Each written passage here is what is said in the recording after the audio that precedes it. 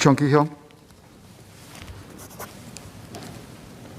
Chairman, I declare my interest as the CEO of a real estate investment trust, and my family has interest in real estate development. COVID-19 has accentuated the structural changes that have been occurring in the real estate market.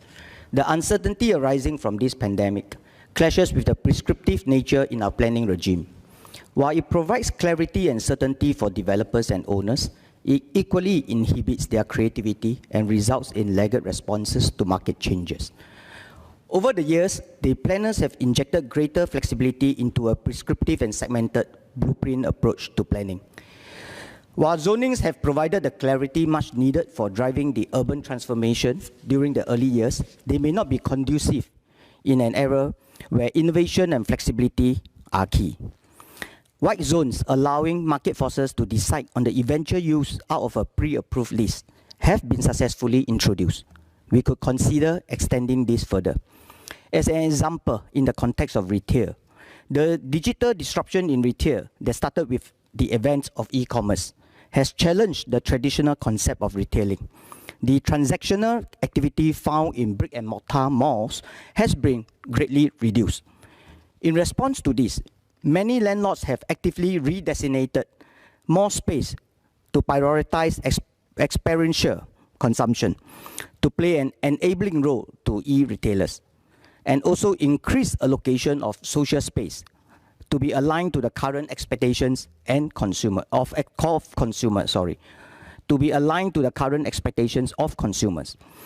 As we have witnessed, there are inherent efficiencies when market is given some autonomy in allocating the best use for available space. Perhaps we can adopt a more exclusionary approach to the land use definition rather than prescribing what is allowed. In other words, could we create a zoning where planners could continue to uphold the transparency of the planning regime by describing what is not permissible in the zone, conferring the private market the flexibility to interpret and build based on market forces and preferences? We are living in a world where we are able to quite efficiently harness myriad views to add to our collective wisdom. Why not use this approach in our city planning as well? Our planning regime could be further enhanced with greater public involvement in the process. Having many different voices not only make any final plans arising from this process more socially acceptable, the plurality of views should make them more resilient in the face of uncertainty and new challenges. Nonetheless, with diversity comes greater disparity of opinions and possibly higher friction and delay.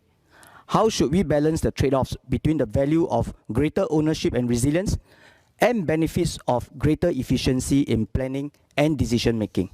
Thank you.